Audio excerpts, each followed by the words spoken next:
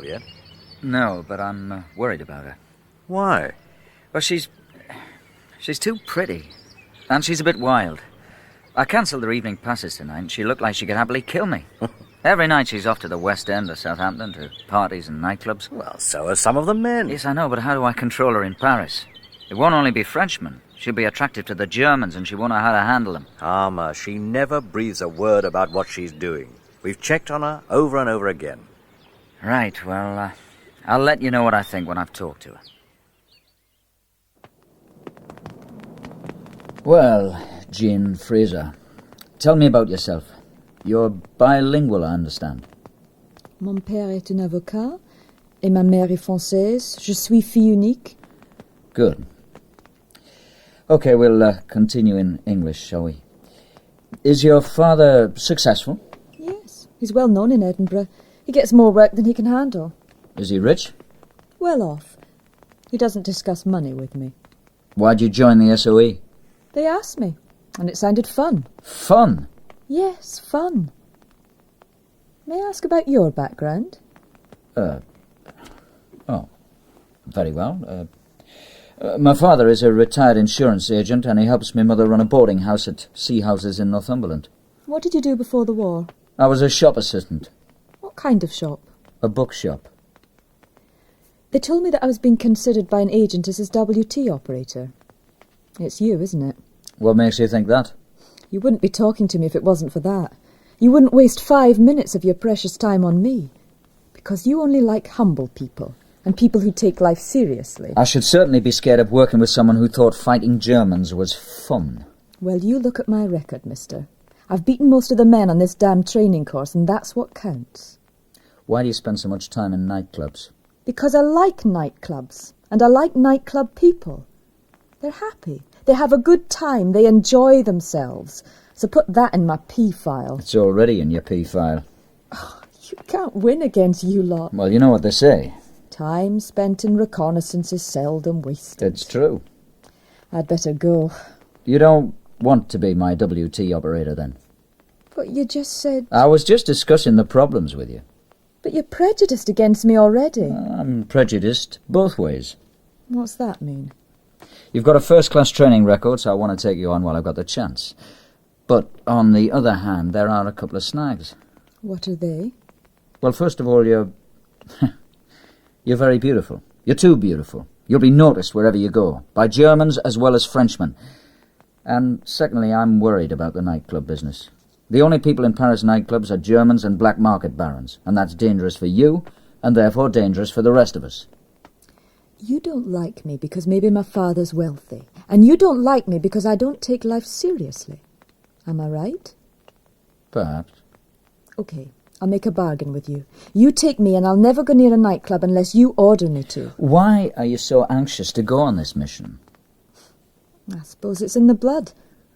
I loved my time in Paris. I belonged there. It's terrible to think of the Germans there. It's like men in hobnail boots treading on roses. I want to help throw them out. You know we'll be dropping blind. No reception committees, no safe houses, no contacts. It's more dangerous than a normal network operation. Well, I didn't know. But if that's what we're expected to do, I'll do it.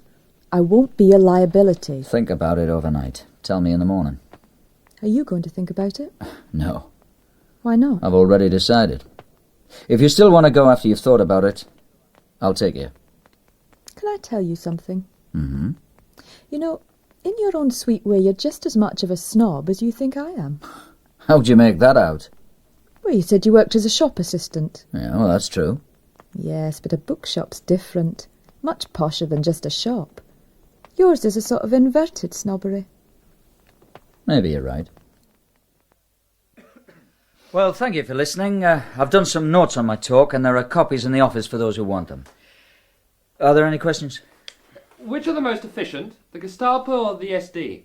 Well, they're both efficient, but fortunately for us, they're bitter rivals. Not only in France, but in Germany too. How does that help us? Well, they don't compare notes. They don't share their records or the results of their interrogations. There's no cross-referencing, and they spend a lot of time and energy disparaging one another's information. Which of them is best at interrogations? They both get results. The SD men are generally more intelligent and better trained. The Gestapo are mainly low-grade. They recruit on a different basis to the SD. They're not too fussy about background, rely more on brute force than brains. But they're effective. They go for violence in interrogations, but the SD tend to get more information. That's probably the main difference between them. The SD want to know. The Gestapo want to chalk up an arrest. What's the best attitude to adopt for interrogations? Well, it's tougher for us than it is for a normal prisoner of war. A serviceman gives his name, rank and number, quotes the Geneva Convention and refuses to answer any other questions. Those are his orders and they know it. For us, we are being interrogated as suspect civilians. You've got to stick to your cover story through thick and thin. You've had plenty of experience from the mock interrogations here, though you probably feel that the instructors were pretty rough. Well, believe me, they were as gentle as lambs compared with the real thing. And what's more, you know that they're instructors. They may have yanked you out of bed in the middle of the night, they may have used some violence on you, but they're men you know. You've eaten with them in the mess. You don't need me to tell you that it all feels a lot different when it's for real. If you stick to the basic rules you've been given, that's all we ask. You stick to your cover story as long as you can. And no matter what, don't talk for 48 hours so that your network has time to disperse. Oh, and one last thing. It's not a rule and nobody demands it of you, but even when they've broken your story, you don't have to tell them more than you need to. Make them work for it. It takes more than average guts, so it's just a thought, not a rule, and certainly not an order. You'd better read that. What is it? My operational orders.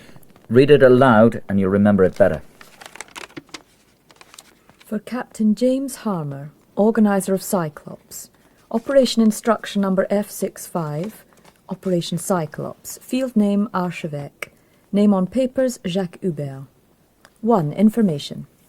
You have been briefed on the personnel and the objectives of existing network Seagull, and you have been informed of our concern that this network may be insecure. You have agreed to carry out a surveillance of this network and report your findings to London. 2. Intention. A. You will return to the field accompanied by your WT operator during the February moon. B. Your party will, for security reasons, drop blind in the area Montville. C. You have been given details of RV and safe houses currently held by Seagull personnel. These will not be used by your team. D. You have been given the address of a safe house in Chartres to be used only in an emergency. The password there is Audubon. E. You will not make contact with any member of Seagull, nor attempt any active operation. F. Decisions regarding transmissions are entirely at the discretion of your WT operator. 3. Administration and finance. You will take with you to the field 300,000 francs, and it is expected that this will be sufficient for a period of 6 months. There's no signature. Are you worried, Jane? I'm something. I don't know what it is. Try and tell me. Well, I don't seem to belong anywhere anymore. My parents in Edinburgh seem like the other side of the world. I feel as if I've already left Bewley. We don't belong here anymore. We don't belong where we're going either. I can't believe I'll ever belong anywhere ever again. And I'm scared. What are you scared of? Everything. I'm scared of the drop. I feel that just being dropped is enough. And to go on doing things after that, to cause trouble, seems crazy. Everybody feels like that. Do you? Well, I did the first time. I just wanted to go back and have my bacon and eggs with the aircrew. They looked so much as if they belonged together. They were going back to proper beds and a routine they knew. I had no idea what I was going to face. And when I was brought back here from my network in Lyon, I felt the same. I wanted to stay where I knew the rules. I still feel an imposter in this battle dress. What sort of place did you live in Lyon? Oh, I was never very long in the same place. My main base was in an attic. I rather liked that. You're a funny man, you really are. In what way? I know so much about you. I know things about you that I suspect you don't know yourself. But really, I know nothing about you. Absolutely nothing. When exactly do we go? I don't know the exact date, but we'll be here for Christmas and the New Year anyway. I'll fix leave for you if you want. You're entitled to 3 weeks when you finish the course. And what will you do for Christmas? I'll stay here. But everybody will be away. So? Why don't you go to your home? Well, there's only my parents. But there'll be parties to go to. The conquering hero on leave and all that. They think I'm a rifleman in the infantry. Well, they want to see you all the same. No, it's not that kind of family. They've got their own worries. You're their son, for God's sake. You wouldn't understand. But don't you want to see them? Not really. I've got my routine, they've got theirs. How about you come up to my folks for a few days at Christmas? Huh? No, I'd be in the way. Don't talk rot. You're a friend of mine, that's enough. Well, that's very kind of you. I'd be very grateful. Great. I'll phone my folks tomorrow. You know, when this wretched war is over, we'll have to send you on a training course to get you house-trained and civilised. You're a bloody zombie, Captain Harmer, sir. I'd better get back to my billet now. I'll walk you back. He seems a nice laddie, your James. I'm allowed to call him Jamie when we're off duty. What do you think of him? I'd say he was a bit on the quiet side for you, my girl. Reserved is the word. He is a bit on the dry side, but if you'd seen his parents, you'd understand why. Have you met them? Yes, we called in on the way up here. We were only there for an hour, but it seemed like an eternity. Tell me more. Well, there was no welcome for him. You'd have thought he was a stranger. They just sat there like statues, impatient for us to go. No kisses or hugs, nothing. Ah, well. He looks the kind of fellow who will survive. Who's going to survive? We were talking about Jenny's friend, the Captain Harmer. Ah, and what was the verdict? Jenny was saying that his parents were not very responsive, unemotional people. You're fond of him, aren't you, Jenny? Yes, Daddy. I suppose I am. Tell me why. He was a very successful leader of one of the networks in France. He's very brave, and he's quite good-looking. But he's got no background, no support, nobody who cares about him. And he's totally honest. And you feel you can supply what's missing? I'm not sure that I can get through that suit of armour that he wears. I'm not even sure that I'm the right one to try. Sounds to me like pity rather than affection. Is it? A bit of both, I suppose. Well, that's not a bad mixture, young woman. But don't rush things or you might get yourself hurt. Well, that's part of what loving someone's all about. What is? Risking getting hurt yourself. Well, now, changing the subject. Is everything ready for our busy day tomorrow? I don't know how we will squeeze them all in, but we always seem to manage it.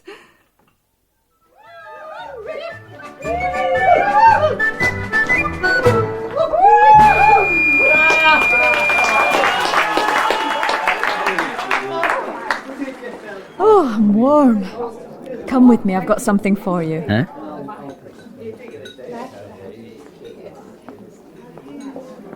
Well, put it on, you goose. If you've already got a better watch, they'll change it. Dearest, my own one. It's beautiful, Jenny. It's far too good. Of course it's not. I've got something for you too, but it's in my room. What is it? I'll go and fetch it. No, don't. Give it to me tomorrow. But tell me what it is. Well, it's nothing much. Tell me, Jamie. What is it? Honestly, it's not very exciting. Tell me, please tell me. It's the Oxford Book of French Verse. How lovely. When did you get it? When we were shopping in Princess Street yesterday. You're a thoughtful man, my Jamie. Am I your Jamie? Let's wait till this war is over, then we'll know. I shouldn't have asked that. I apologise. Oh, Jamie, don't be so modest, self-effacing. You're very special, Jamie Harmer, and don't you forget it. Those brown eyes enthralled me. It had to be you. Oh, Don't bother with any of that tonight. Mrs. McLean's coming in at 7 tomorrow with her daughter. They'll cope with all of that. Have a last whiskey, Hector. I've already had 2 last whiskies, my dear. Here's the bell of the ball. Did you both enjoy yourselves, sweetie? That's a nice thing to say, both of us. Makes us sound like a proper couple. I saw him glaring at all the boys who kiss you under the mistletoe. He didn't do too badly under the mistletoe himself. I told the girls to make sure he got his fair share, and they didn't need any persuading. Oh, he grows on you, that young man. Got his values sorted out. I had a long chat with him after lunch, and I was very impressed. But I'm still surprised he appeals to you, young lady. I can't see any Captain James Harmer spending any time in the Embassy Club or anywhere of that ilk. Our Granny will probably convert him. She may be your little sweetie, but she is a doughty little fighter, aren't you, my love? When I want to be.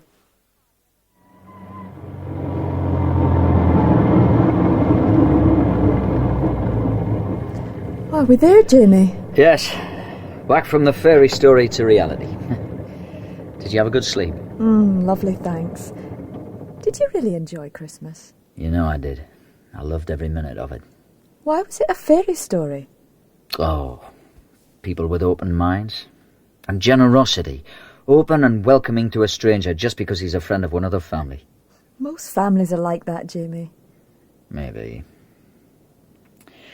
Oh, I've arranged for us both to do a few jumps at Ringway, just to tidy you up. But I've done all my jumps and passed. The report said you had untidy landings. Did it? Yeah, it doesn't matter in training, but it does in the operation. Remember, we're on our own. No network resources to back us up. If you broke an ankle, we'd be in terrible trouble. Right, just let me check your harness, miss. Right, is that comfortable? Yes, that's fine. Right, now you, sir. Right, now who's jumping first, sir? The young lady. Right then. In position, get comfortable. Now don't worry about your face hitting the other side, love. It's further away than you think. It's over 6 foot.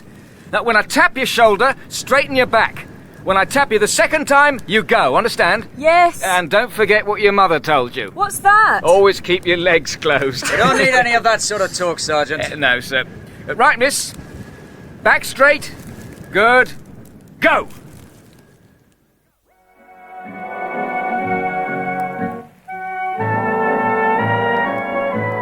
This is beautiful wine, Jamie. You must be impressed with your parachute badge. I was pretty impressed by your parachute jumps myself. Thanks. Why don't you have some? Just a drop. Oh, all right then.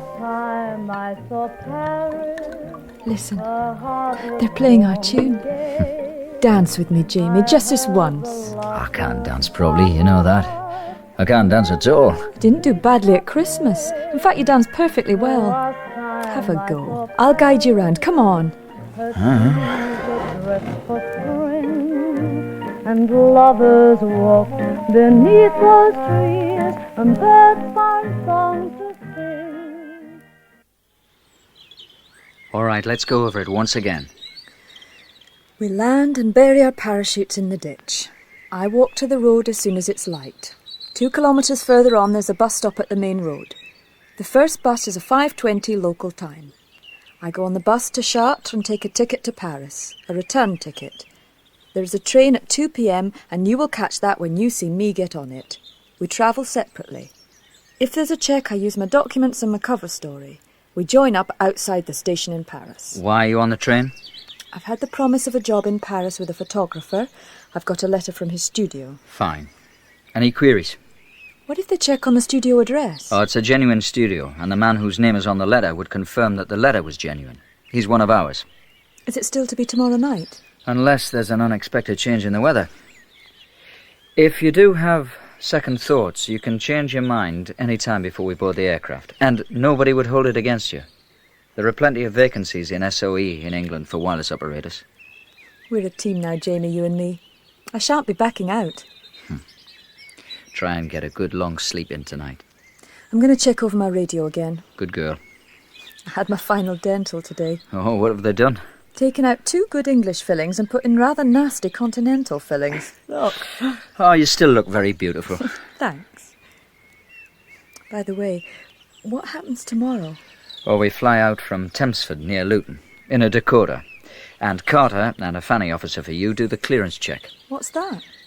Check that we take nothing with us apart from what we're given. All personal stuff we have to leave behind. Check that our clothes are genuine French clothes. They give us all our documents. We shower, And they clip our nails, fingers and toes. They tell us we can back out if we want to, and they wish us good luck. Sounds grim. By the way, how do they get genuine French clothes? The interrogation centre for French refugees buy them in exchange for clothing coupons. They're very efficient, aren't they?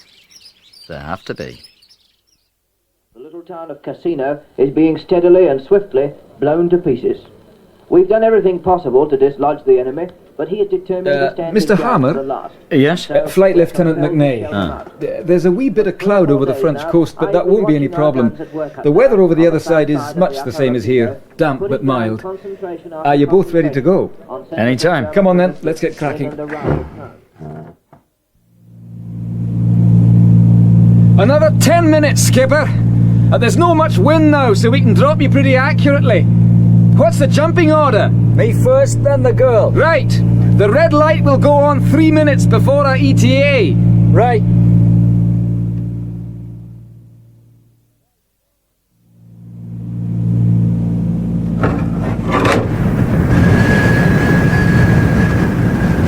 Ready, sir? Yes! Go! Ready, miss? Yes! Go!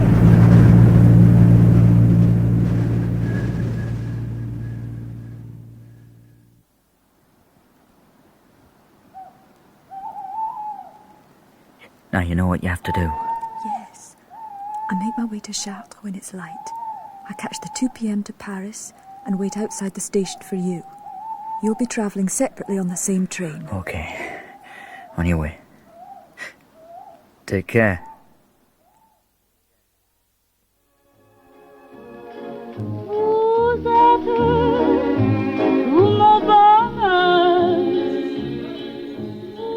Well, we made it, girl.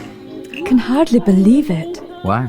It was so easy. If it isn't easy, you don't make it. But only 2 checks the whole way. Yeah, we were lucky. The train from Chartres was crowded and the police were in a hurry.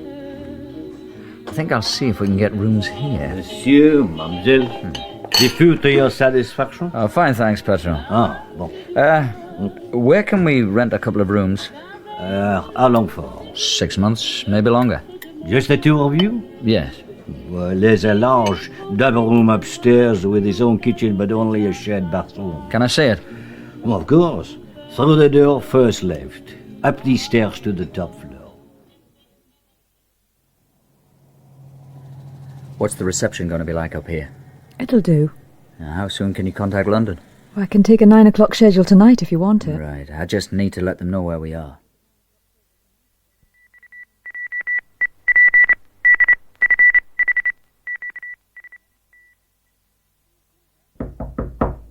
Who is it? Le patron. Come in. What is it, monsieur? There is a man to see you. What man? Just a man.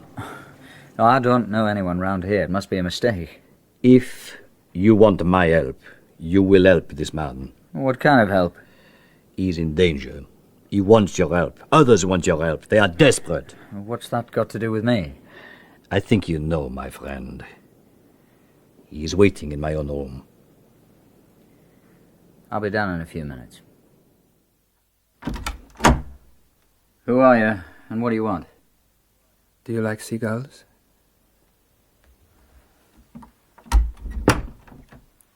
Tell me about seagulls. We're in trouble. Real trouble. Tell me. What's happened? They've got Francois, the wireless operator. Who have? Our friends in the Rue des Sorciers, the Gestapo. When did they pick them up? 2 days ago. Did London know? We've no way to tell them there's no other operator. Did they get the radio? Yes. Were they transmitting at the time? God knows. Have the rest of you moved out? We've no money, and there's nowhere for us to go. Right. Can you contact them quickly? Well, of course. Here's 10,000 francs. Contact all of them. They're to leave wherever they are now, immediately, in seconds, not minutes. Tell them to meet me at the cafe in the Rue Jean-Jacques Rousseau. Hurry! Don't waste time. Did you get through to London? Yes. Any response? They told me to stand by. They came through 10 minutes ago. I've decoded the reply. Read it. Archevêque figures 1094. You will break off all contact with Seagull Network immediately. Stop. What? Confirm next transmission, stop. Your orders were specific and your duties limited to observation without contact, stop. Details of arrests noted, stop. Message ends, figures 1094. They just don't understand. These people are demoralised. They'd be rounded up in days if they were left to their own devices. When's the next transmission? Tomorrow evening at 8/7. There's no emergency time we can use? Well, they didn't give us an emergency schedule after our first transmission. Why the hell don't they want me to take over? I don't know, Jamie. Why did they send us at all? They wanted to check on their security. They were afraid they'd been penetrated. Plenty of networks have collapsed before. What's so special about Seagull? What makes you think it's special? They pulled you back from leading a successful network. Did they give you any secret orders to do something apart from the surveillance? You wouldn't tell me even if they had, would you? I suppose not. Do you want us to leave here tonight? If I did that, they'd be finished. I told Pierre I'd talk to them. I was sure London would agree. Listen, I've got to go to the cafe. I'll be back as soon as I can. Was anything planned for the next few days, Martin? No. There was to be a planning meeting. We'd been having problems with London. What kind of problems? They seemed to be cool about everything that we were doing. And they refused us a drop. What had you asked for? Plastic detonators and pencil fuses. Nothing special. And they kept delaying decisions on our targets. What was the wireless traffic in the previous 2 or 3 days? Francois sent a message that if they didn't agree targets soon, we should go ahead independently. Baker Street signaled that he was possibly going to be recalled to London and to contact the air transport organizer. But meanwhile, all operations were to stop. 2 days later, Francois was picked up. What targets had you suggested? The locomotives at Evros and the power station at Nanterre. Right.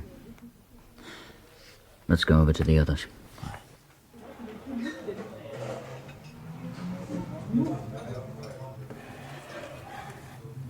Right, gentlemen. Unless anyone else would like to do so, I shall now take over this network. That's fine by me. Very well. We'll carry out the sabotage operation at Evra when I've looked at the target. Now, who's done the check on the locomotive sheds? Me, Albert. And how many locomotives are actually inside the sheds? For the next 2 nights, there will be 3, possibly 4. One under repair, one for routine servicing, and the others for change of crew and route. How are they guarded? The sheds don't have a separate guard. There's a patrol at night. 6 Wehrmacht men and a sergeant. Unless there are troop trains or supply trains coming through, it is all very casual. But there are 2 anti-aircraft guns in the park across the road from the station. They've got full crews, and they're on stand-to every night because of the RAF. Are any SNCF men around at night? The night repair crew. There's just 2 men. Do they have a break? 2. 15 minutes at midnight and an hour between 3 and 4. And where do they go? They rest in the waiting room on the platform. Do the guards use dogs? No, I've never seen any there. All right. Any other information you can give us? There will be 4 trains through tonight. None of them stopping, but they distract the guards. Have you done locos before out there? No, just the tracks. But you've used plastic before? Oh, yes, many times. Where were you trained? Sabotage at Hartford, and the rest at Bewley and Scotland. Right. We'll just do the locomotive cylinders. Right side only. That's all it needs. 1 hour fuses. Right. When we leave, we don't go towards Paris, we go west on the Conche Road. Get bicycles for all of us. We'll fix an RV, and one of you can wait with the cycles until we come. We'll cycle back, and Albert, you can stay and come back later and tell us what you've seen. Right. What happens now? I must explain to Baker Street what's going on. There's a planned operation to carry out. Perhaps that'll convince them. After that, I can get these people out of Paris to somewhere safer. They deserve that, at least. You sure you're not holding something back from me? Like what? That the surveillance is just a cover for something else.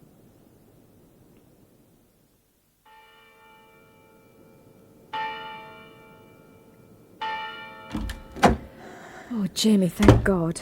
Olive. How did it go? It went well. They're brave lads, and they carried out their orders perfectly. We've put those locos out of action for at least 6 weeks. Well, they won't be transporting any troops for a while. Maybe London will take the point when they get our report. Write out your signal and I'll code it and send it off. And you get some sleep. You look worn out.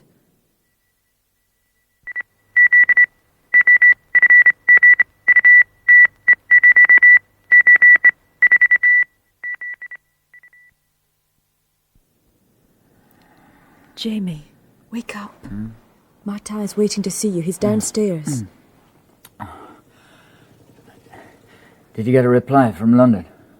Yes, but you won't like it, Jamie. Read it to me. Personal to Archevêque, stop. You will cease all contact with Seagull Network, stop. What? You and WT operator will proceed immediately to Perpignan Safe House and use escape line Patricia to Spain, stop. Message ends. They're out of their minds. I don't believe it. What are you going to do, Jamie? Send them this. Your message not understood. Stop. Network cooperating fully and successfully. Stop. Request further operational instructions. Stop. How long before you can send it? About an hour. 63 minutes. I'll go down and see what Martin wants.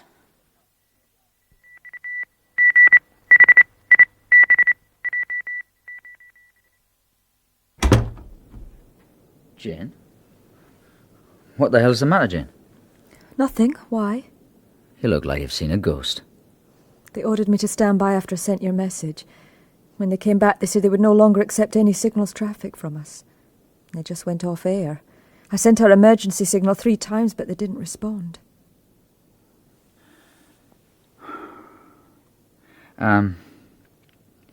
Look, I've got to go out again. There's something I have to do. Be careful. I'll be back soon. Jane! Jane! Who the hell are you? My name is Klugman. Hauptmann Klugman. No, don't move. One of my men is outside, and there are 2 others now at the bottom of the stairs. You're wondering, no doubt, where the girl is. She's in our safe hands, my friend. And so is your radio, and the rest of your network is being arrested right now. Walk down the stairs, nice and slowly.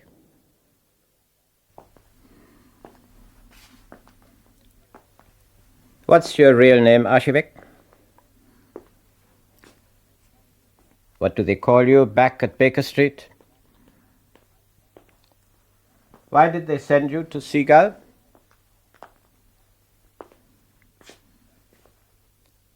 Why did they feed you into the mincing machine when they knew we had Seagull in our hands?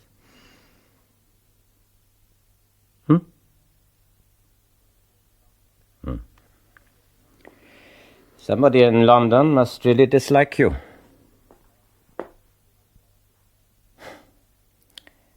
I'd better hand you over to my rough friends in the basement.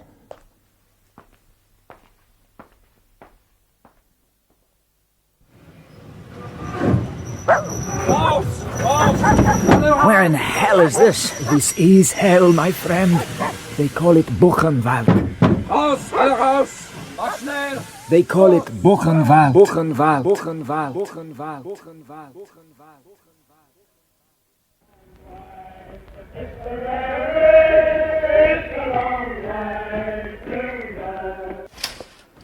A visitor for you, Captain Harmer. But I don't want him put under any kind of pressure, Mr. Carter. No, of course not, Doctor. Just a chat. Hello, James. It's good to see you. Just popped in to see if there's anything you want. Anything we can do for you. You had any news about Jane Fraser? Any of the others? We'll talk about that when you come out. Got plenty to read? Tell me what you found out. Well, it's not good news, I'm afraid. In fact, it's almost no news. There's no trace of any of the network. Most of them were captured, but what happened to them we don't know. Jane? She was sent to one of the concentration camps. That's Varna. The girls who were sent there are now classified as missing, believed dead. I'm very sorry, James. What happened? Why was it such a shambles? What went wrong? I really don't know. Part of the pressures before D-Day. Forget it, James. All of it. We've all got to get on with our civilian lives. Welcome to Coronation London. This city, transformed by excitement and joy and loyalty, the true centre this June morning of the emotions of the whole wide Commonwealth, and of our friends and our allies as well. And here, before Buckingham Palace, Her Majesty's London home is the right place to begin our rejoicing. And to warm our hearts as we wait for Her Majesty, we've got the news of the conquest of Mount Everest, a glorious coronation gift for the Queen. Chief Superintendent Harmer. James, and we're making up a party to go to see the King and I at Drury Lane on Saturday. We've got a spare ticket. The boys and their wives would like you to come. Well, you know me. I'm not one for social events. Count it as a duty, James. A morale booster. They really would appreciate it. You'd make a good blackmailer, Joe. Okay, I'll come. Good. I'll let you know the details. You might even enjoy it. Taxi! Are you coming on with us to the nightclub, James? No, thanks. I'd best be off now or I'll miss my last train. Rightio. It's been a very enjoyable evening, Joe. Thanks again. Jane? Jane Fraser? Hello, James. What are you doing here? What are you doing here? Does it matter? They told me you were dead. As you see, I'm not. I thought you were dead. What happened to you? Where did they take you? They sent me to a concentration camp. Natzweiler. Look, could we go somewhere to talk? It's kind of odd standing here asking questions after all these years. We can go to my place. Will that be all right? Why shouldn't it be? I mean, are you married or anything? Why'd you ask? Just wondered if we'd be able to talk properly. A good practical reason. You didn't answer my question.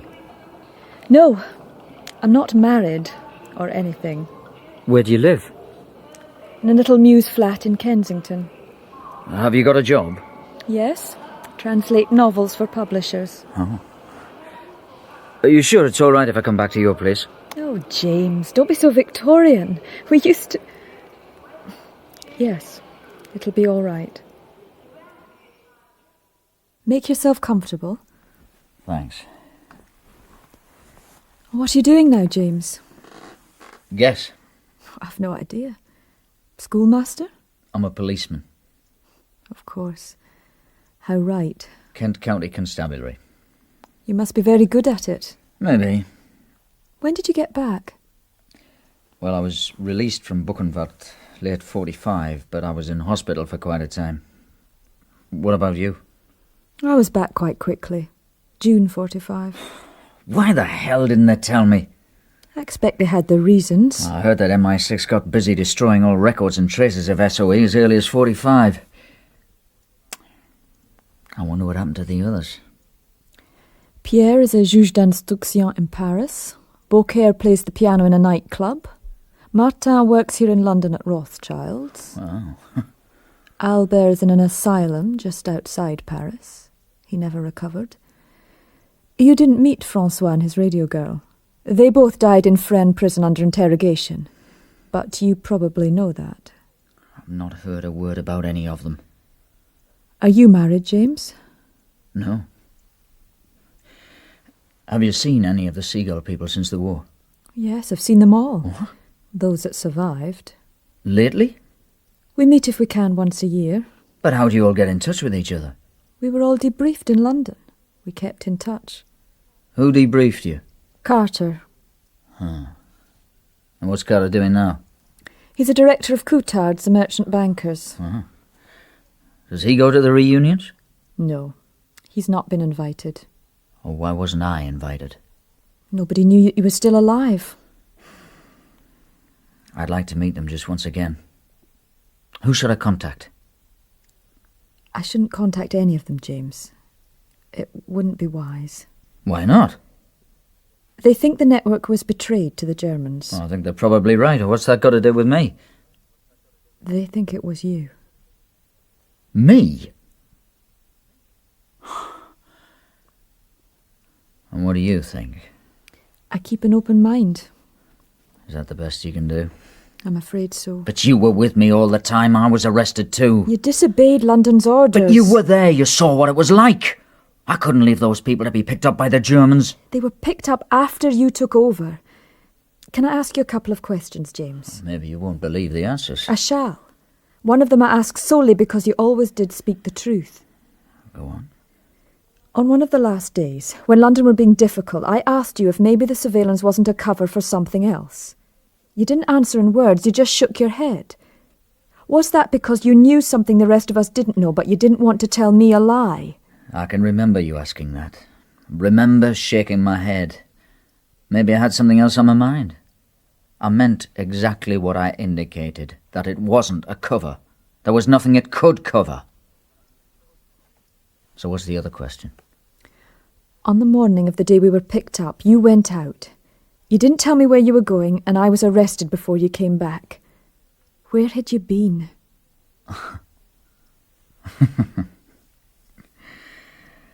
I went out to buy you an engagement ring. I got it from a man in the Rue Mouffetard. Second hand. Gold with a small diamond. Oh, God. What have they done to us all? It's wonderful to see you again, Jamie. I thought about you so often. I thought about you too. I tried not to because it upset me. I bought a gramophone record of the last time I saw Paris to remind me of when we danced that night after the parachute drops. I think it's best if we don't talk about those days. Maybe sometime, but not now. I can't believe that the others think I betrayed them. Does it really matter after all this time? Well, it matters to me, and maybe it does to them. It must have mattered to you to feel that you'd gone through all that because the network was betrayed by me or somebody else. Why did they suspect me? I think as people talked and compared notes, they felt that the Germans seemed to know too much. Oh, why not Francois or the WT operator? They were arrested days before. They both died under interrogation. If they had talked, that wouldn't have happened. They would have sent them to camps. There were all sorts of unexplained bits and pieces. And you were at loggerheads with London. That seemed very odd. But only you and I knew that. Oh, Carter hinted at it in the debriefings. It was implied that if you had not disobeyed orders, all would have been well. Bastard. He didn't say so. It was just vaguely implied. Maybe I should contact Carter, see what he knows. Don't do that, Jamie. He won't help you. Why not? My impression was that he did think it was you. It was a bloody mess, and that was the only explanation. And they were glad to leave it like that. An unsolved mystery that was best forgotten. Where did you have the reunions? In Paris. The first time was at the cafe where you and I lived. But it upset me.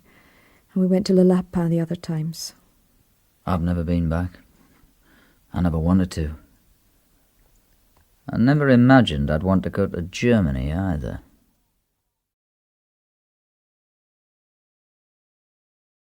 Hello? Hello? Hello. Jane, it's me. James. James, where are you? I'm in Hamburg. I've traced Klugman, the Gestapo man who interrogated me. Where? What's he doing now? Well, apparently he lives in Amsterdam. He's a successful car dealer. I'm going to talk to him, see what I can find out. Maybe he won't talk. Maybe he will.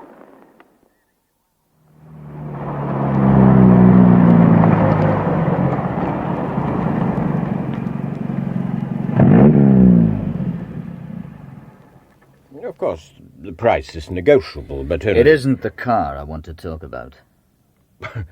Then what do you want to talk about? You don't remember me? We do have a lot of English and Irish people interested in our cars. I try to remember faces, but I'm afraid that I don't always succeed. I'm thinking of way back, say 1944. That would be very unlikely, Mr. Fraser. I was in the army at that time. Not quite the army, was it, Herr Klugman? Who are you? Your name is not Fraser, is it? No, it's Harmer. But when you and I met in 1944, you knew me under another name. And what was that? My code name was Archevêque. My field name was Hubert, Jacques Hubert. You interrogated me at the Gestapo building in Paris. I make no secret of being a German, Mr. Harmer, eh? I fought for my country as you did for yours. I'm not too interested in what you did, Herr Klugman. I'm only interested in what I did. I don't understand. Do you remember the Seagull network? Of course. I was responsible for the arrests. It was the most successful operation we had in 1944. What sort of information did you have on Seagull before you arrested Francois and the wireless operator? Let me think. I can remember that we knew of a safe house in one of the small streets off the Rue de Varennes. Well, I can't remember its name. We had a good description of Francois, nothing much beyond that. But in the 2 weeks before we picked up Francois and the wireless operator, the SOE signals traffic was very insecure. In the last few weeks, they were ridiculously insecure. In what way? Addresses given instead of code names. A couple of references to operations that were sufficiently explicit for us to work them out. Our signals people said it indicated unusual pressure. Were Seagull under that much pressure? No, it wasn't Seagull who was insecure, it was London. What? You mean signals from London actually gave addresses of safe houses? Yes. We spent hours and days trying to work out what London were up to. We thought it must be a trap, a radio game. How did you find out where we were? Oh, somebody, I think maybe one of the cryptographers, did a check on the signals traffic of your old network. What was it called? The curfew. That's it. And that was the breakthrough. There was a signal from London warning them to have no contact with you, but it gave you a location at the cafe. You mean its code name or its actual name? The actual name and the arrondissement. I don't think it gave the street, but that was no problem. I don't believe it, Klugman. What don't you believe? That they gave away my location. Well, we all thought it was a bit odd, but everything had got a bit odd about Seagull. We got the DF vans and set them up to check your wireless traffic. You tried 2 or 3 times to contact London, but they didn't come back to you. We checked to see if they were responding to other networks, and they were. That made us suspicious. What did you suspect? God knows. But the whole Seagull affair had become suspect. Nothing added up. It looked like London were deliberately throwing them all away, and you too. So, what did you decide? Oh, we left it to Berlin. They came back in about 2 days and told us to round up Seagull and you and the girl. Are you telling the truth when you say that Francois and his operator didn't talk? They didn't talk, I assure you. Was there a traitor among our network? Absolutely not. In fact, we were rather sorry for you all. Everybody held out, more or less. But you got no support from London. If it hadn't been for their insecurity, we probably wouldn't have got any of you. I tell you, their lack of elementary signal security in the last 2 weeks would have got them court-martialed if they'd been on our side. When did you get back from Amsterdam? 4 days ago. Why didn't you contact me sooner? Let me tell you. I talked with Klugman. What did he say? He said that London gave us away. What? They passed signals to my old network and other groups that said in clear where we were. London threw us away, Jane. And I know who it must have been. Who? Carter. It all fits in now. I know what the German told me. We'd never be able to prove it, Jamie. Well, I'm not interested in proving it. Carter's going to tell me. He wouldn't dare tell you. And anyway, he might just have been carrying out orders. He'll tell me, and no honourable man would carry out such orders. I've been checking up on him in the last few days. I know where he lives, and he's got a young girl in a flat in Fulham. She'll be the stakeout. I'll get on my way then. Oh, tell me just one thing. You didn't really believe it was me, did you? Not really, Jamie. It just didn't fit. Take care of yourself.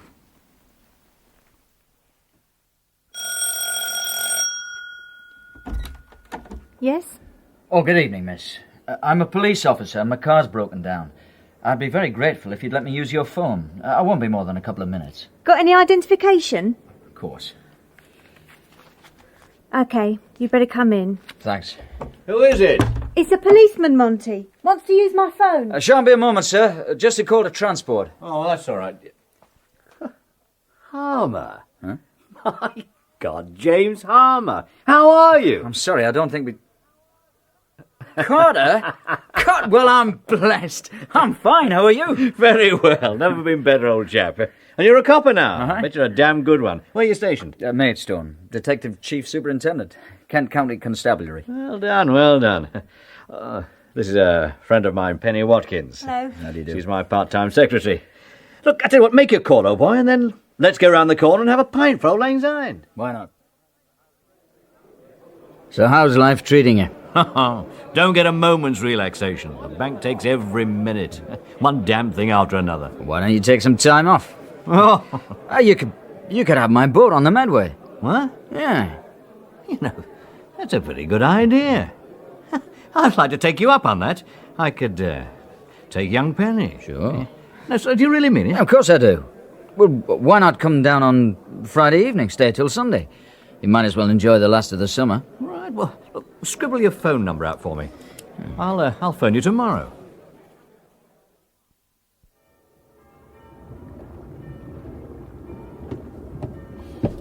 Morning, Carter. Brought you your Sunday paper. Hello, James. Oh, thank you. Where's the young lady?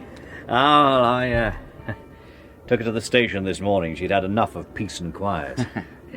You know, I never knew your Christian name. Monty. Ah. Montague Rayner, those are the prefixes. Oh, drink, old boy? Or is it too early for you? Why'd you send me to Paris, Monty? Huh? Sorry, what did you say? All those years ago, why did you send me to Paris? What the hell are you on about? What is this, an interrogation? You know damn well why you were sent to Paris. You had orders, you were briefed, you had documentation. Go on. There isn't any more, old boy. They picked you up and that was an end of it. Why did they pick me up? Well, God knows. You must know why better than I do. Oh, I don't think so, Monty. What do you mean? What exactly did you send me to do? Well, what did your orders say? To keep the Seagull network under surveillance and report to London. Exactly. Why did you close down the wireless on me? Because you were endangering Seagull, and you were disobeying orders. Seagull's wireless operator and leader were arrested before I got to Paris. The rest would have been inside a week. Well, they were in a matter of days anyway, even with you in charge. Who told them where we were? Who gave them the safe house addresses? How the hell should I know? You were there. Who do you think told them? I think you told them. Oh, my God, this is ridiculous. I'll have to report all this, you know. Why did you give safe house addresses instead of code names in your signals? We didn't know where you were, Harmer, so we couldn't have done that. I'm talking about the Seagull safe houses, not mine. You never saw Seagull radio traffic. Their operator was arrested the day before you arrived. Answer me, Monty. Why? I don't have to listen to all this rubbish. You did do it. The Germans told me so. No, they were bluffing, trying to break you down. Oh, they didn't tell me then. The case officer told me a few days ago. I'm going to kill you, Carter, unless you tell me what I want to know. For God's sake. It was policy. Nothing to do with me. Go on. There was a vital network working between Paris and Cherbourg. They were in a special team sent over to prepare for D-Day, right in the landing area. We had to keep the Germans off their backs. We shoved the Krauts a bit towards Seagull to keep them occupied and away from the others. How many lives did betraying Seagull save? God knows. I'm not a bloody soldier. So why did you send me? To check what was happening. We would have withdrawn you after the Seagull people had been taken if you hadn't interfered. And because I interfered, you threw me and the girl to the Gestapo along with the others. Nobody was thrown away. You came back, for God's sake. You're alive. You've done well. Who worked all this out? I was told to give protection to the Penguin Circuit. That was the only way. Have you ever thought about what happened to all of us? Of course I have. But it's very much to be regretted. It was a necessity of war. Do you remember a man with a field name, Allbeury? No. He's in a French asylum. Been there ever since the war. Oh, come on, Jimmy. Join me in a drink. It was all a long time ago and best forgotten. I don't drink. Oh, now look, Jimmy.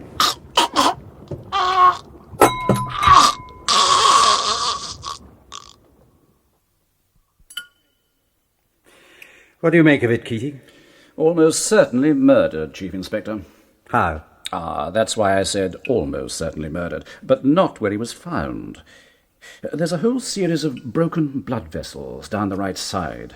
Well, that occurred after death, probably when the body was thrown down. There are typical signs of asphyxia, a pinpoint hemorrhaging in the eyes and under the scalp. Strangled? No, there are no marks of strangling, but what there is a massive bruising under the left ear. Someone has applied enormous pressure there. More than just normal pressure from a finger or thumb. It's a nerve pressure point. And I'd say he died in 5 to 15 seconds, certainly not longer. Could the pressure have been applied by a blow from something? No. A blow from anything would have had to break open the skin to apply that kind of force. I'd say it was pressure from a thumb or knuckle, applied by a man with special knowledge. What kind of special knowledge? He'd need to know that pressure applied at that precise point could kill a man. You mean a doctor? Could be. An osteopath, a vet even, a wrestler. When shall I get your report? Preliminary midday today. Full report in about 3 days. Driving licence valid until 30th of November 58. Name M.R. Carter. Address 49 Kings Avenue, Wimbledon. Membership card Cockatoo Club. No dates, no name. Pigskin wallet worn, containing 2 £5 notes, 2 £10 notes, 3 10-shilling notes. Photograph of man and woman in garden, 2 joined half tickets for the Aldwych Theatre. 9 visiting card, M.R. Carter, director Coulthard's Bank, London and Singapore. Photograph approximately 2¼ inches square of naked girl. Wristwatch, Rolex chronometer, black leather strap. Plain card with various notes in pencil and ink, looks like directions. Finger ring, 1 diamond, 18-karat gold. A 6 packet of Durex, 2 missing. Parker 51 pen, metallic blue. Checkbook, Barclays Bank, 2 cheques used. Wimbledon High Street branch. And that's it. Well, you better check that Wimbledon address, Phillips. On my way, sir. I'd just like to go over your statement one more time, Mrs. Carter. You said that your husband told you that he'd be away for the weekend, staying with an old army friend. That's right. Did he give you an address? There wasn't an address. They were staying on a boat. And what was his friend's name, Mrs. Carter? I think it was Harper, a name like that. And where was the boat? I don't remember. The Medway? I don't think it was mentioned. What did he take with him? A case. What size case? A weekend case. And you've not heard from him since? Yes, as I said in my statement, he phoned me on the Saturday about midday. Did he say where he was phoning from? No, but it was a reverse charge. The operator said a call box in Maidenhead. In Maidenhead? Is that wrong? Could it have been Maidstone? Oh, yes, it could. What did he say? Nothing much. He was having a pleasant restful time with his friend, and he'd be back about 8 or 9 on Sunday evening. And that was the last you heard from him? Yes. Is that a photograph of your husband? Yes, that's my husband. You found him, haven't you? I'm afraid we have. Where is he? Maidstone Hospital. Does that mean he's still alive? There's been an autopsy. Oh. Look, are you alone here, Mrs. Carter? Yes. Have you a relation or friend who could come over? Only my sister. Where does she live? In Putney. Is she on the telephone? Yes. My phone book's on the hall table. Her name's Mary. Mary Fielding. You sit there. I'll call her. Is it all right with you to start, Mr. Rose? By all means. First of all, let me say, Miss Watkins, that we appreciate you coming forward. We'll keep you out of it as far as we can. Now, you say in your statement that you recognized the photograph of the deceased in the newspaper. You contacted your solicitor, Mr. Rose, here, and made the statement. You state that you knew Mr. Carter over a period of nearly 3 years. How old were you when you first met him? 17. Right. Now, your statement ends where he invited you to stay for one night with him on a boat. Can you describe the boat and where it was? It was near a village called Yalding, moored near a caravan site. I could take you there. The boat was quite big, wooden, and the main part was painted white with a blue line. Do you know who it belonged to? To a friend of Monty's. Do you remember this friend's name? No, but I'd know it if I heard it again. Can you describe him? He was quite a big man, nearly 6 foot tall, reddish hair.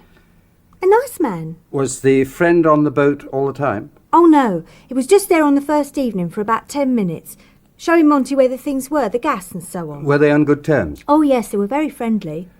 They knew one another well? Yes, from the war. Where did the friend live? Somewhere round about Maidstone. How do you know that? He said so. Any idea what sort of job he had? He was a policeman. How do you know that? He said he was. He and Monty hadn't seen each other for years, and his car broke down outside my flat when Monty happened to be there. He used my phone to ring Scotland Yard for help, and then he and Monty went out for a drink. How old was he, approximately? A bit younger than Monty. Between, say, 40, 45? Yes. Did he say what rank he was? Can you tell me some? Constable, sergeant, inspector, superintendent? That's it. Superintendent. You're quite sure that when he phoned Scotland Yard he said superintendent? Yes. Did any help come for his car? Yes, I saw a squad car from the window after he left. Did he say what he was doing to be near your flat? I don't think so. I can't really remember. I want you to think very carefully. Back to that phone call to Scotland Yard. Try and remember anything you can. Don't hurry. I can't remember any more. Fair enough. Now, I just want to go back to the name. You're sure you can't remember the name? No, I can't remember it. But I think I'd know it if I heard it again. Was it Phillips? No. Harmer? Yes, that was it, Harmer. You're quite sure that was the name? Yes, absolutely sure. Mr. Rose, would you have any objection to your client making a signed statement now at Chelsea Police Station? Provided that no information on a statement is given to the media, I would have no objection. Put me through to Detective Inspector Phillips. Yes, sir. Phillips here. Hales here. Yes, sir. Take 2 of my men on one side and put them on around-the-clock surveillance of Detective Chief Superintendent Harmer. Full time. Do you understand? No, sir. Well, just do as I say. I'll explain when I see you. You're sure about this, sir? Yes, I wish I weren't. But there's still a long way to go. Right, sir. It just doesn't fit, Frank. Jimmy Harmer's an experienced detective. If he wanted to knock somebody off, he wouldn't leave all that stuff around. No. There's been no effort to conceal anything, not even the body. He'd know that it was only a matter of time before it was found. He'll know that the girl can witness that he knew Carter and that Carter had been on his boat. Yeah, right. But he hadn't even seen Carter for years. He only met him by chance. What the hell motive is there? Maybe we'd better ask Jimmy Harmer himself. Not bloody likely. I'm going to talk to the Chief Constable and the Yard before I go near him. Well, the evidence against him doesn't amount to much. You can prove opportunity, but that's all. No evidence of motive or anything to connect him to the killing. Could have been somebody else. Exactly. But now that we've got a suspect, Keating can start looking at it all over again. I don't think you stand a chance in court, Chief Inspector. It's the only real lead I have, sir. Too bad. But if I could question him, I could probably get a lot more. You mean charge him and then question him? No, just ask him to answer a few questions to assist my inquiry. What do you think, Grover? You're the legal eagle. Well, there's no reason why the Chief Superintendent shouldn't answer questions to help an inquiry. He'll probably say that he knew Carter, lent him his boat, and that's it. There's nothing to connect him further. There is, sir. What? Harmer will have seen the papers or listened to the news. He must know about Carter's death. Why hasn't he contacted Maidstone? Maybe he hasn't read the papers or listened to the news. You said he was off sick, so he may be confined to his bed. And why hasn't he been to the boat since the Sunday morning visit? Surely he'd want to check that they'd left it shipshape and safe, and surely he'd contact Carter about the weekend. Did he enjoy himself and all that? I agree that would be the normal pattern, but it doesn't mean anything in court terms. And like I said, he may still be confined to bed. How are you feeling, sir? Any better? I'm Chief Inspector Hales. I'd like to ask you some questions, if I may. Tell me what happened. Was it an accident? You're a policeman, same as me. Don't make it difficult for us both. When did you last see Carter? Look, I don't want to do it, but if you don't answer my questions, I'm going to have to take you into Maidstone and question you there. Formally. James Harmer, I am a police officer, and I am making inquiries into the death of Montague Rayner Carter. I believe you can help me with my inquiries, and I must ask you to accompany me and Detective Inspector Phillips to Maidstone Police Station. It's Chief Constable and Chief Inspector Ailes, Mr. Armour. Just walk in. Ah, yes. Would you sit down, Chief Superintendent?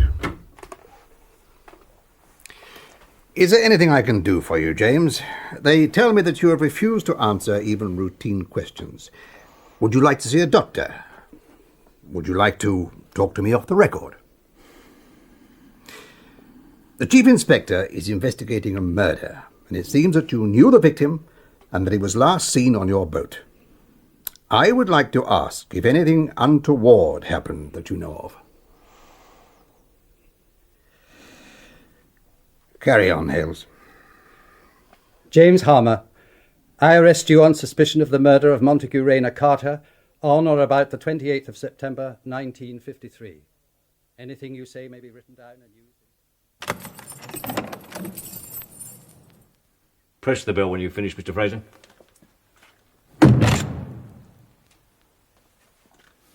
Well, it's good to see you, Jamie. You're in this God-forsaken place. First of all, let me tell you about Jane. She only discovered what had happened a couple of days ago. She was very distressed. As you know, she thinks the world of you. She sent for me to see what could be done. Would you talk with me? Yes, I'll talk to you. Jane thinks she knows why this happened. I'm not going to talk about it in any detail in this place, but I can say that I think there would be an excellent defence if Jane's theory were correct. You understand what I mean? Jane told me most of what happened both recently and back in the war days. I understand your feelings, and I think there are others would understand too. Mother and I were always very fond of you, right from that Christmas away back. Money for top counsel would be no problem. I've got far more than I shall ever need, and Jane is already well provided for. So, please, can I help you? Well, you never prove what they did. There'll be no records. They'll have destroyed them long ago. Nobody would admit what had been done to us. We could subpoena anybody you felt might have information. And they wouldn't talk. They'd just sell me down the river again. All of them?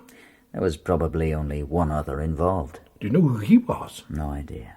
But whoever it was, he wouldn't talk. They wouldn't let him. A good cross-examiner could prize it out of him. They'd hide behind the Official Secrets Act. That would make your point for you. Oh, no, they'd see to that. They threw us all away once. They'd throw me away now. They don't really have any choice. Why did they do it, Jamie? To distract the Germans from another SOE network that was preparing for the D-Day landings. Why not say this in court? Who would believe me? I haven't any evidence. I wouldn't have known myself if I hadn't forced it out of Carter. He must have felt terrible when he had to do that. He didn't care. He tried to justify it. It was an order, so he just carried it out. What can I do for you? Take care of Jane. Tell her I cared. I just couldn't bear to think what he'd done to us all. There's still a chance they may acquit you. I don't care what they do. I squared things off, and that's what mattered. But in the end, I couldn't bring myself to run away. Would you like Jane to come and see you? No. She'll understand why not. Read the indictment. Yes, my lord. James Harmer, you are accused of the murder of Montague Rayner Carter on or about the 28th day of September in the year of our Lord 1953. How do you answer?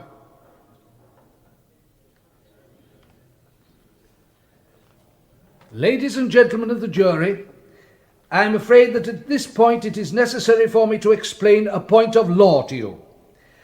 When a defendant does not reply to questions that are legally and correctly put to him, the court has to decide between two issues. Is the defendant what is called in law mute of malice, that is to say, able to speak, but refusing to do so, or is he mute by visitation of God, that is to say, temporarily or permanently unable to speak? There is no doubt in my mind that the defendant stands mute of malice.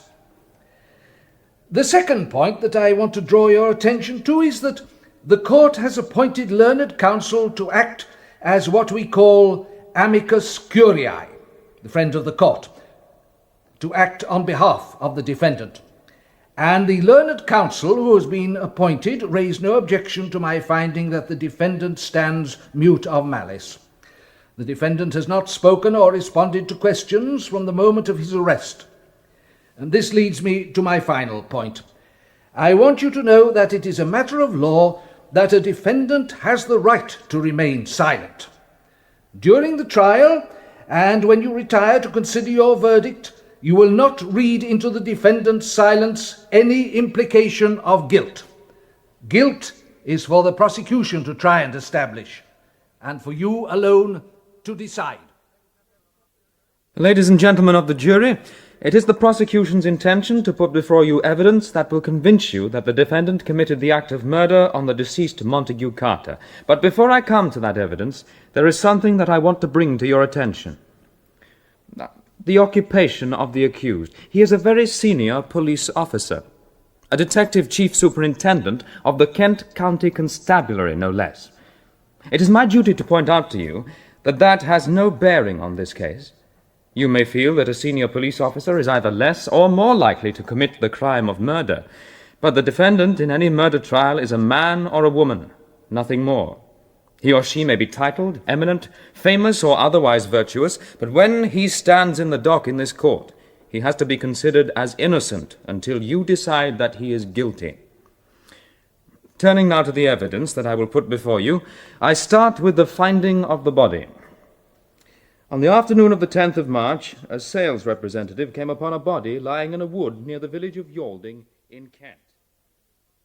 You are Penelope Margaret Watkins, and you live at 27A Bedford Street, Notting Hill. Is that correct? Yes. How long had you known the deceased? Nearly 3 years. You had a very close relationship with him? I slept with him. Ah, yes. And you and the deceased went down to Yalding on the evening of the 26th of September, a Friday? Yes. Right. And you also met another man at that time, the owner of the boat? Yes. Can you see him in this court? Yes, he's the man sitting between the two policemen. I see. Did you see much of that man during the weekend? No. He was there for a short time when we arrived, and then he left.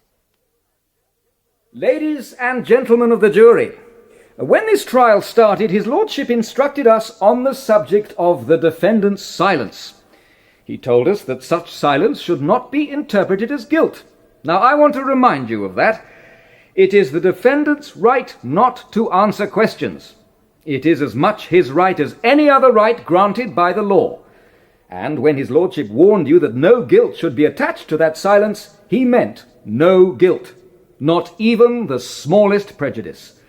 The defendant is exercising such a right in remaining silent in this court. Exercising that right makes him neither innocent nor guilty. It leaves him a neutral status. Now, my learned friend representing the Crown told you that the Crown does not need to establish motive, and that is perfectly true. However, the absence of evidence on motive is significant. Now, there are usually only two reasons why such evidence is not put forward. The first is that although the motive is known or suspected or patently obvious, it cannot be proved. The second reason can be that there is no motive on the part of the defendant for the simple reason that he or she did not commit the crime.